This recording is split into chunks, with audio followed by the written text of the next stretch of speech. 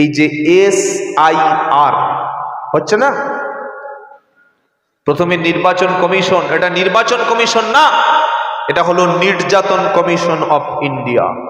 প্রথমে কি বলা হলো যে যারা রোহিঙ্গা, যারা বাংলাদেশি, তাদের তাড়ানো হবে। আমরা বললাম মোস্ট ওয়েলকাম, খুব ভালো, বাংলাদেশে আমাদের দেশে কেন থাকবে, এটা তো অন্যায়। তারপরে দেখলাম একটা একটা করে নাম কাটা শুরু করেছে। এই যে বনগা সাইড, ওখানে লক্ষ লক্ষ মতুয়া আছে, মতুয়া সম্প্রদায়, বাংলাদেশি ভাইয়েরা, তাদের নাম একদম পাইকারি ভাবে সব কেটে বাদ দিয়ে দিল নির্বাচন কমিশন। এইবার ভালো ভালো মানুষ যারা 50 বছর 60 বছর এদেশে বাস করেছে, যাদের ভোটার লিস্টে 2002 সালের নাম আছে, আবার তাদের নতুন করে ফের ডাকা হচ্ছে হেয়ারিং এ। কি ভাই হচ্ছে না, হয় না? এই যে ষড়যন্ত্র, এবং আমি যতটুকু খবর নিয়ে দেখেছি যে এলাকাগুলি মুসলিম প্রধান এলাকা, সেই এলাকাগুলিতে বেছে বেছে প্রত্যেকটা বুথ লেভেলে 250-300 করে নাম তারা ইচ্ছা করে হয়রানি করছে। আমি কিন্তু বলছি না যে কোনো মুসলিম বাংলাদেশি আমাদের দেশে থাক না, কোনো মুসলিম আফগানি পাকিস্তানি আমাদের দেশে থাক না। আমাদের দেশে থাকতে হলে এদেশের নাগরিকত্ব থাকতে হবে। তার বাপ, তার দাদু, তার 14 পুরুষ এই দেশে বসবাস করে তারা কবরে চলে গেছে, আর তাদেরকে নির্যাতন কমিশন ইচ্ছা করে হয়রানি করে হেয়ারিং এ তাদের ডাকা হচ্ছে। নথিপত্র দেওয়ার পরে তাদেরকে ছাঁটাই করে দেওয়া হচ্ছে। কি বলছি কথা বুঝতে পারছেন? এই যে জুলুম বা নির্যাতন, সামনের দিন আরো আসছে, চ্যালেঞ্জের মোকাবিলা করে আমাদেরকে বাঁচতে হবে। আমাদের সাহায্যকারী তৃণমূল না, আমাদের সাহায্যকারী CPM না, আমাদের সাহায্যকারী কংগ্রেস না। ভারতবর্ষে মুসলমানদের কোনো বন্ধু নাই। আমাদের সবচাইতে আপন, আমাদের রক্ষাকর্তা, আমাদের অভিভাবককে আল্লাহ, আল্লাহ, আল্লাহ। বলুন সুবহানাল্লাহ। আপনি যে কোনো দল করতেই পারেন, কিন্তু আপনাকে রক্ষাকর্তা হলেন একমাত্র কে? আল্লাহ। আর আল্লাহর উপরে যদি কেউ ভরসা করে, আল্লাহ তার জন্য যথেষ্ট। সুবহানাল্লাহ বলবেন না? মাইয়াত্তাকিল্লাহা ইয়াজআল লাহু মাখরাজা ওয়া ইয়ারযুকু মিন হাইসু লা ইয়াহতাসিব। সূরা তালাকের 3 নম্বর আয়াতে আল্লাহ বলছে, বান্দা যদি তোমরা আমি আল্লাহ আমাকে ভয় করো, তোমরা যদি বিপদে পড়ে যাও, আমি আল্লাহ শুনিয়ে দিচ্ছি বিপদ থেকে তোমাকে বাঁচাবো। আর তোমার যখন রুজির প্রয়োজন হবে, তোমার যখন খাবারের প্রয়োজন হবে, আমি আল্লাহ আমারকে যারা ভয় করে তাদের খাবারের ব্যবস্থা আমি আল্লাহ করে দেব। আবার সূরা কুরাইশে কি বলছে শোনেন, ইমানদারের কোনো টেনশন থাকার কথা না। কি বলছে সূরা কুরাইশে? ফালইয়াবুদু রাব্বা হাদাল বাইত আল্লাযী আত'আমাহুম মিন জু'in ওয়া আমানাহুম মিন খাউফ। বান্দা যদি তোমরা আমি আল্লাহ আমার গোলামি করো, আমার হুকুমে চলো, আমার দাসত্ব করো, আমার বান্দার মধ্যে যদি তোমরা থাকো, আমি আল্লাহ শুনিয়েছি দুটি তোমাদের জন্য সুসংবাদ। একটা হলো আল্লাযী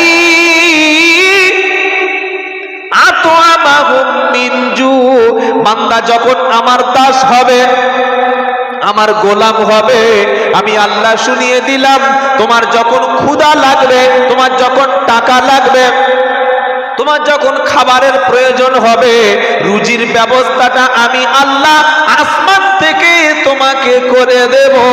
আর ওয়ামানাহুম মিন খাউফ, তুমি যখন বিপদে পড়বে, তুমি যখন ভয়ে পাবে, আমি আল্লাহর পক্ষ থেকে তুমি নিরাপত্তা পেয়ে যাবে। তবে শর্ত হলো আমার গোলাম হবে। কার গোলাম হব? যদি বলেন।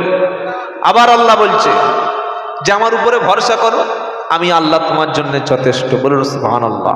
আমার উপরে পরিপূর্ণ ভরসা করো, পরিপূর্ণ বিশ্বাস ভরসা আল্লাহর উপরে করা লাগবে।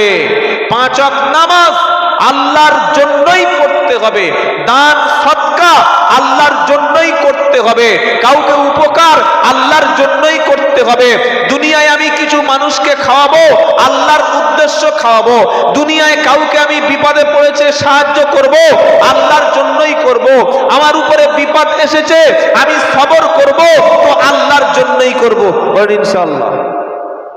আল্লাহর ভয় মুসলমানের থাকলে এই মুসলমান কোনোদিন সুদের টাকা নিতে পারে? আল্লাহর ভয়ে যদি মুসলমানের থাকতো, আজ মুসলমান নিজের বিবিকে সুদের রাস্তায় নামিয়ে দিয়েছে। আপনাদের ডোমজুড়ে আছে কিনা জানি না, হাওড়ায় আমাদের 24 পরগনার প্রচুর মুসলমান বউগুলোকে সুদখোর বানানোর জন্য নাম লিখিয়ে দিয়েছে। তার নাম হচ্ছে বন্ধন মহিলা সমিতি। এখানে সব আল্লাহর ওলি মানুষ, তো পীরের মুরিদ সব বসে আছে, ওসব বলার দরকার নাই। আর এসব বললে টাকাও আজকে আমার দেবে না, আছে নাকি? মহিলা সমিতি, বন্ধন, পাড়ার মেয়েরা, ইমাম সাহেব, এই হুজুর আসছে, হুজুর চলে গেছে, বললে হ্যাঁ আচ্ছা এবার ঠিক আছে। এই হাজি সাহেব আসছে, হাজি সাহেবের সামনে, ইমাম সাহেবের সামনে, বক্তার সামনে, ভাসুরের সামনে, পীর সাহেবের সামনে, আল্লাহওয়ালাদের সামনে, দাওয়াত ও তাবলীগের সামনে মাথা ঘুরিয়ে নেবে। পর্দা করা ফরজ। আর সকালবেলা স্বামীকে বলছে, এই দেখো গ্যাসের উপরে 2টো ভাত বসিয়ে দিয়েছি, আর একটু আলু ভর্তা, ডিম ভাজা আর ডাল পাতলা করে রেখে দিয়েছি। আমি হলাম ওই বন্ধন মহিলা সমিতির হেড অফ দা ডিপার্টমেন্ট, আমি ম্যাডাম। কি বলো? ম্যাডাম। ঠোঁটে লিপস্টিক, মুখে মেকআপ, আর অফিসারের সামনে গিয়ে হাসছে ফিক ফিক, ঠোঁটে লিপস্টিক।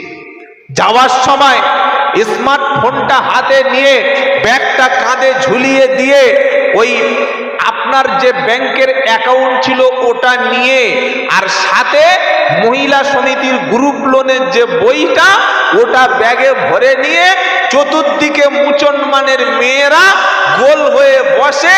5 মিনিট পরে আসবে একটা বেটা ছেলে, সুদের টাকা কার কত দিয়েছে, বন্ধনের টাকা, ওটা পাড়া থেকে হিসাব করে তুলবে। ওই যে আসছে দূর থেকে, ওর নাম কি জোরে বলো? ষাঁড়। কে আসছে বলো? ষাঁড়। ঘরের ষাঁড়ে আর হচ্ছে না, বাইরের ষাঁড়। আল্লাহর কসম করে বলছি, যদি কোনো স্বামী এখানে থাকো, নিজের স্ত্রীকে বন্ধন মহিলা সমিতিতে নাম লিখিয়ে দিয়েছে, টাকা তুলে ইন্টারেস্ট দিচ্ছে, মাসে মাসে পেমেন্ট করছে, আর আপনি মুসলমান স্বামী হিসাবে মেনে নিচ্ছেন, আপনি দায়ুস। দায়ুস। দায়ুসকে নিজের স্ত্রী, নিজের কন্যা, নিজের বোনকে পরপুরুষের সামনে গিয়ে আনন্দে কথা বলে, মেনে নেয়, কোনো প্রতিবাদ করে না, ওর নাম হচ্ছে দায়ুস।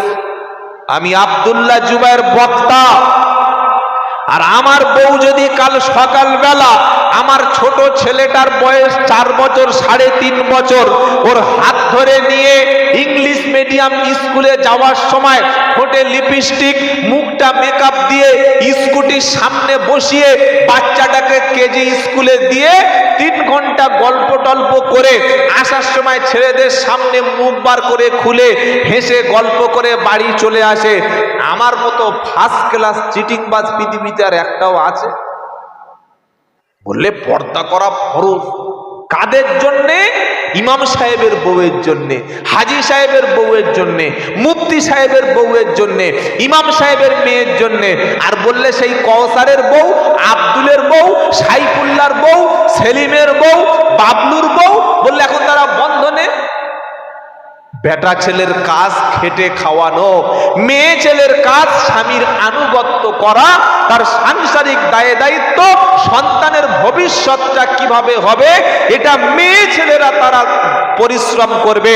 আর স্বামীর কাজ, স্ত্রী অসুস্থ হলে, তার কাপড় ছিঁড়ে গেলে, তার চিকিৎসার দরকার হলে শারীরিক মানসিকভাবে তৃপ্তি দেওয়ার পূর্ণাঙ্গ অধিকার স্বামীর জন্য। মুসলমান বাড়ির বউ কোনোদিন পরপুরুষের সামনে গিয়ে টাকা তুলে এনে সংসার চালাতে পারে? তওবা করুন, তওবা করবো ইনশাআল্লাহ। ইনশাআল্লাহ বলুন। এখানে বলছে ইনশাআল্লাহ, আর সকালবেলা বলছে বউ যা হয় একটু বক্তা বললে হবে, আমরা দেখি এটার নাম তওবা না। এটার নাম কি বলে? বলে যে বন্ধন মহিলা সমিতি বা এই যা আছে এগুলো খেলে আপনাদের হুজুরদের এত চুলকানি কেন? আপনি এত বলেন কেন বলুন তো? আল্লাহর কসম আমরা ওলামারা দেখতে পাচ্ছি আপনি মুসলমানের পরিবারে জন্মেছেন কিন্তু জাহান্নামের দিকে হাঁটছেন। আমি বলবো না আমার মুসলমান মা বোন ধর্ষিতা হবে, তারা জাহান্নামের দিকে যাচ্ছে, তারা সুদের সঙ্গে যুক্ত হয়ে জাহান্নামের পথে হাঁটছে। একজন আলেম হিসাবে আমার দায়িত্ব তো চিৎকার করে বলা। নবী বলেন কিয়ামতের পূর্বে মসজিদ ভর্তি নামাজ পড়বে, কারোর ঈমান থাকবে না। আহা, কি আশ্চর্য হাদিস! মসজিদে আজান হলে লোক ভরে যাবে, ঈমান বলতে কারো থাকবে না। সাহাবারা বলল হুজুর কবে এমন অবস্থাটা হবে? আমার নবী বলল যখন সমাজে দুটো জিনিস প্রকাশ পাবে, যখন মানুষ সুদের টাকা, এখন আর সুদ বলে না, বলে ইন্টারেস্ট, এলআইসি, প্রফিটের টাকা। এখন সুদখোর কেউ বলে? সুদখোর বলে কি? বলবে না। এখন আর মদ বলে না, বলে ড্রিঙ্ক করছে। কি করছে বলো? আগে বলতো ছেলেটার একটা আছে, এখন বলে গার্লফ্রেন্ড আছে, গার্লফ্রেন্ড ফ্রেন্ড। ওটা গার্লফ্রেন্ড, জাহান্নামী ফ্রেন্ড। আগে কোনো মেয়ের যদি কোনো ছেলের সঙ্গে সম্পর্ক রাখত তখন পাড়ার বুড়িরা বাজে ভাষায় বলতো আছে, বলতো না। আর এখন বলে রিলেশনশিপ। কি বলে বলো? Relation, relation. আহা, আল্লাহ যেটা বলছে জেনা, শয়তান সেটা বলছে প্রেম। আল্লাহ যেটা বলছে সুদ, সমাজ সেটা বলছে ইন্টারেস্ট। আল্লাহ যেটা বলছে মদ, সমাজ বলছে ড্রিঙ্ক। খালি নামটা পাল্টে দিচ্ছে। কি গো? আল্লাহ যেটা বলছে গান, মানুষ সেটা বলছে মিউজিক। 1 জানুয়ারি হয়েছে? বলছি 1 জানুয়ারি হয়েছে তো? কথা বলো, 1 জানুয়ারি হয়নি? কিছু হয়নি, পিকনিক হয়নি, গান বাজনা হয়নি বাবা। সব ফেরেশতা। বাবাজিরা, আল্লাহওয়ালা ভাইরা, নবী বলল দুটি জিনিস যখন তোমরা দেখতে পাবে, মানুষ সুদের টাকায় ভুঁড়িটা বড় বড় করবে আর সুদের টাকায় বিল্ডিং বানানোর প্রতিযোগিতা করবে, তখন বুঝতে হবে মসজিদ ভর্তি লোক, কারোর